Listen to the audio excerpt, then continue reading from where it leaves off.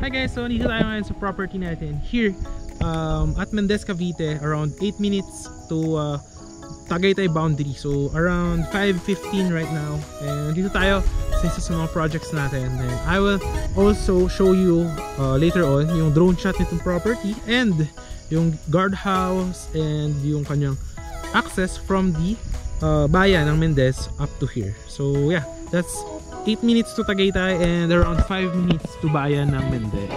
So yung property natin here is meron tayong isang 465 square meter here, then meron tayong dalawang 200 square meter doon and dalawang 150 na magkatabi. So pakita ko yan sa inyo. So yung nandito guys, meron ng kalsada, so gagawin na lang dito, may roundabout na gagawin dyan. Alright, pakita ko sa inyo. So yan guys, may roundabout yan dyan na gagawin. Alright, tapos yung 465 square meter is there. Yan. So yan, makikita nyo yan dyan. Malaki siya actually, no? So para dito roundabout siya, kasementuhan yan dito. Actually meron na siyang tanda dito, makikita nyo. Ayan. So from the cemented road, yan, gagawin na lang din dito. And from the guardhouse is around 30 seconds, no? So yan yung 465, so i-clear out pa yan, no? But mabilis na lang to guys dahil dito na yung mga roads natin. So yan, i-clear out yan dyan. Ang laki nun is hindi lang natin siya pwede pamalakaran kasi nga masukal pa, pero up to there, and may kasama siyang perimeter fence. So yung lapad niya is around here din, hanggang dito pa. Hanggang around here yung property, hanggang pa. So malaki siya guys, good for retirement lot, investment, or dream house. Pwede mo siyang tayuan around din dyan. And then yung next is meron tayong dalawang 200 square meter right here. So turo ko siya sa inyo. Then last natin pupuntahan yung dalawang 150 square meter din. Actually malamig ngayon dito guys, Tagaytay weather talaga, kasi ang above sea level nitong Mendez is 550 meters, Tagaytay is 600 meters. So ito guys, ito yung concrete road from the guardhouse, pag ganyan. So ito, i-construct yan dito, yung ating concrete road, pahaba dyan. Alright. Okay, so the 200, ito yung gagawin concrete road, 6.5 meters. So yung dalawang 200 square meter natin is around there. So around there po, yung dalawa nating 200 square meters. Ayan. So isa here, isa po there. Tapos actually malaki yun eh. So ang frontage kasi nun kadalasan 10 by 20 meters, no? So that's 200 square meters. Yung dalawa naman na 150 is turo ko, nandun po siya. Yung 200 meters malaki siya guys, ha? Hanggang mga dito pa yan. Kasi 10 meters yan by 20 meters. So 20 meters is around here. From the concrete road na gagawin dun. Alright.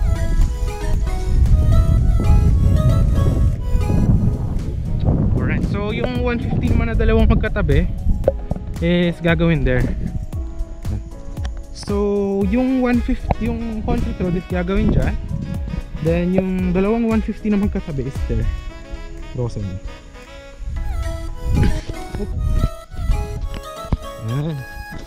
Alright, so gagawin dito yung dalawang 150. So yan, 150. Very affordable siya, ano? Actually. So yun lang naman yung ating, then sa dulo pala nyan is gagawin pa ng perimeter fence. Alright, so yun lang naman yung ating available lots here. So punta ko naman kayo dun sa may guardhouse and para makita nyo yung concrete road dito and yung development. So perfect po siyang investment para sa mga naghahanap dyan na magawa ng mga, alam nyo yun, mga retirement house, no? Mga parang end na lot na may mga tanim-tanim, pwede rin siya. So yeah, this is the concrete road here. So punta tayo doon sa may harap para makita nyo rin yung development ng gagawin sa guardhouse. Alright, let's go. Ito na guys yung guardhouse na ginagawa. So doon, no, ayun yung barangay road, doon gagawin yung guardhouse. So, nakita nyo naman sa drone shot. Then ngayon ito yung concrete road papunta doon sa may mga tinuro kong property. Ito ginagawa na yung pathway, ayun, no, ginagawa na siya. Then yung drainage andun.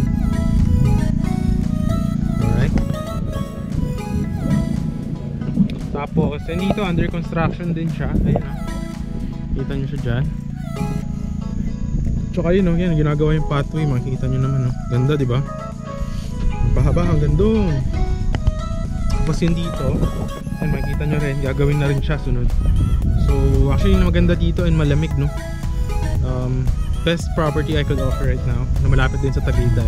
So yeah, I will also show you yung ating naman video from the here papunta dun sa may bayan. So patagaytay na yun, mga 8 minutes doon na kayo. Welcome back to my channel, and for today's video guys, andito ako ngayon sa mga gated farm lot reselling na mga offer natin. Actually very near to Tagaytay. This is located here on Mendez, Cavite. This is concrete road po lahat ng daan, going to bayan ng Mendez and then going to Tagaytay. Ang labas nito is mahogany, so around 10 to 15 minutes is nandun na po sa Tagaytay.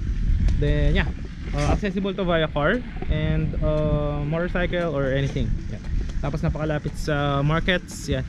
So ito yung property guys. This will be the main entrance, and this will be the location of our guardhouse. Then yeah, this is the farm lot guys. Makita nyo yung kabuuan nito is paliparan natin siya ng drone shot that you will see here on 3, 2, 1. Let's up the drone shot.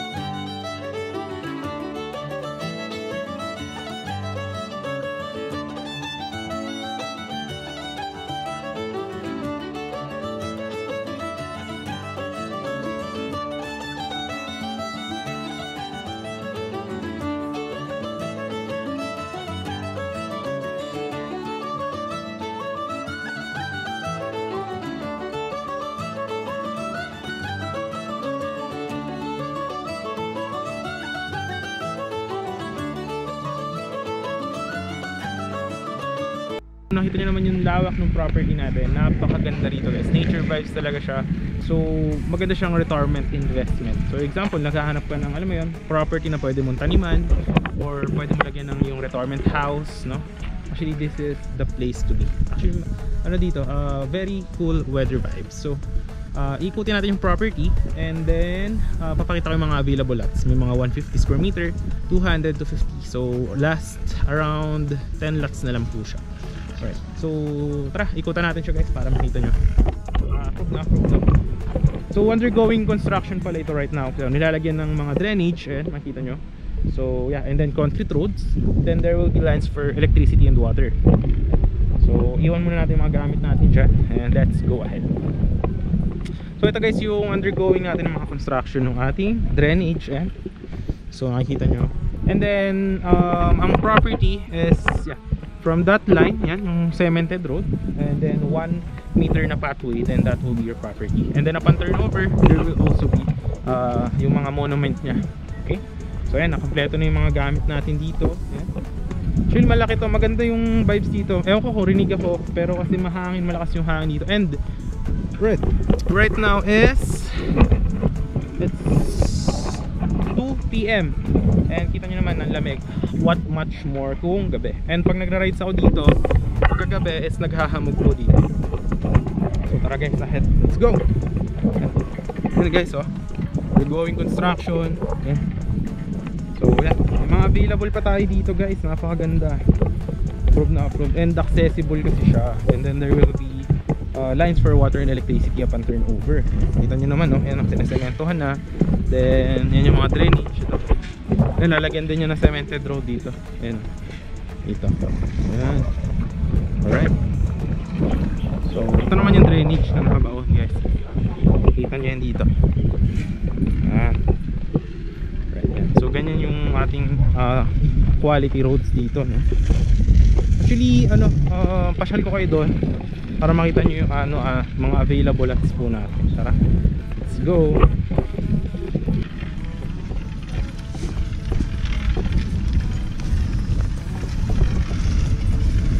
Yan, so ganito yung paggawa ng ating mga concrete roads guys. Kita nyo naman, no? Pulidong pulido. So tara, ikot tayo guys. Let's go, ikot muna tayo doon para makita nyo yung undergoing development natin. Yan. Yan naman guys. go. Ayun o, semento ka na nila kuya.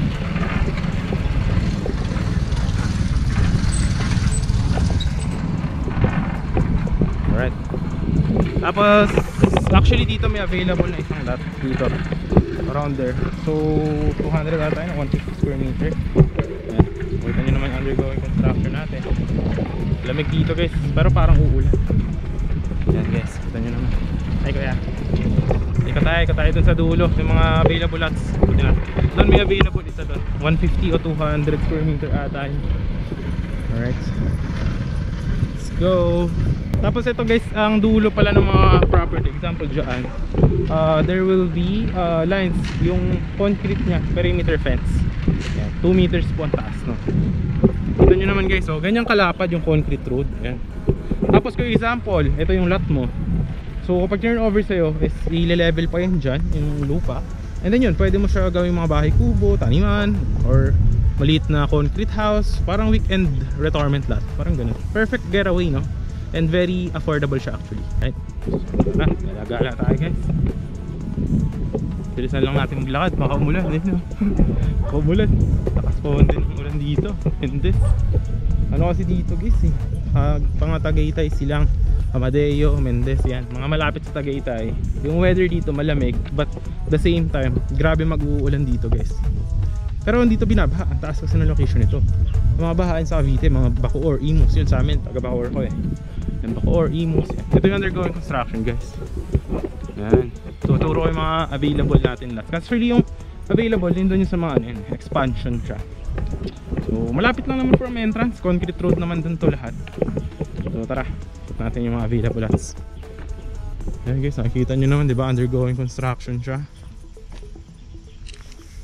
Dahil yung mga ano dito, equipment. Tsaka ang ganda ng vibes, weather, ano talaga, nature vibes. Ang requirement pala natin dito, 2 valid ID. Mga kahit ano siya, OFW or what, valid ID. So yung mga available lots guys is nandito. Ayan. Meron dyan, meron doon. So yan, magiging concrete road din po yan. Ito.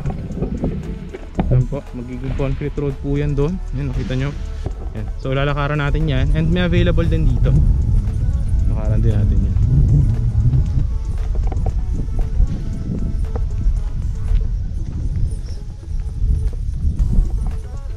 Yan, may available isa doon. 200 square meter ata yun. Nandun.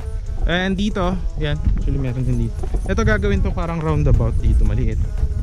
Para makaikot yung mga car. Dito, magkakaroon din dito ng ating concrete road dito, diretso. So may mga available lot dyan, 150 square meter, 200, meron din dito. Kaso pre-selling pa kasi siya. So pag turn over naman sa inyo yan, meron yung mga muhon, ganyan. Tapos, yun, gated farmland community siya. So try ikutan natin yung dito, undergoing construction, para makita nyo yung lawak nitong property. Saan yung available pa na lots. Ito meron dito, ito nakatayuan natin sa 150, 200, 250 square meter, plus 10 lots.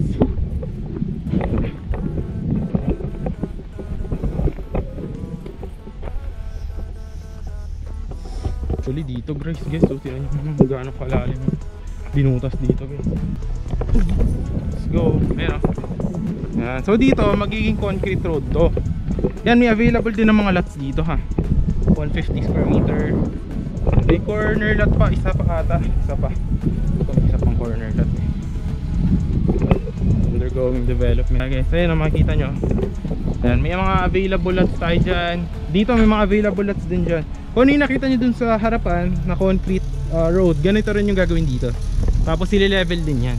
Mataas kasi nakita nyo naman yung lupa, mataas. So ile-level din siya para hindi siya mababa doon. Ayan. So napakatahimik na lugar na to guys. Perfect na perfect for retirement investment lot. And for investment, no? Bawa naghahanap ka ng getaway lot na makakapag-relax ka, this is the lot I could definitely advise. Ayun guys, undergoing construction. Hindi ko lang alam kung malakaran ko siya, pero lakarin natin. So yan guys, kita nyo naman under development. Ayan o, diba? Ayan, so undergoing ano siya, ile-level yan dito. Dito yung concrete road na isa. Dito guys. Yan. So ile-level din yan dito pag ganito. Yan. So from the entrance napakalapit. Siguro kung walking around 1 minute, kung by car saglit lang siya. So yeah, yan siya guys. Alright.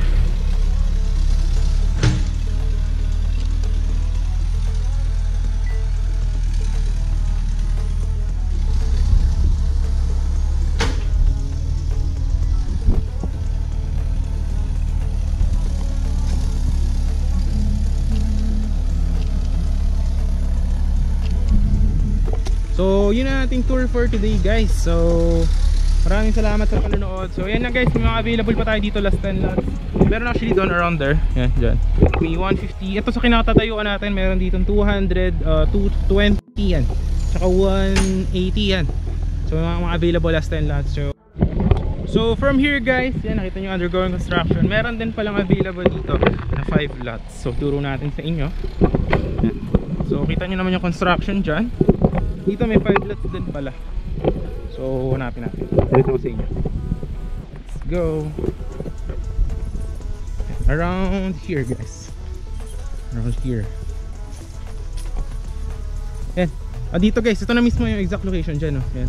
So i-clear out din kasi yan. So dyan yung available lots na iba. And then here, yan, may mga available din po dito. Alright. So actually dito may dalawa dito eh. Dito meron din. Yan yung magiging perimeter fence sa dulo niyan. As dito yung concrete road na isa. Yan. Alright. Oops, ingat. Ayan. So yan, pababa yan dyan guys. Pero ito naman ile-level din naman. Tapos yun, hanggang dun sa may dulo, sa may puno yung property natin. So yan, may mga available yan dyan guys. 150, 200, 250 square meter. That's 5 lots. So yun lang naman guys. Hope na nagustuhan yung ating tour for today. If you do like that one, huwag mo naman kalimutan i-like yung ating video. And syempre, share mo na rin to other people. Baka naghahanap sila ng investment. Or yun, kung gusto mo naman guys, please subscribe na lang yung ating channel para yung mga next upcoming videos natin is you will be keep on updating. Yan. So lagi kayong updated sa mga yan. So yun lang guys. Maraming salamat sa lahat. And hope you are having a great time. Ingat po sa lahat and God bless po. Bye bye.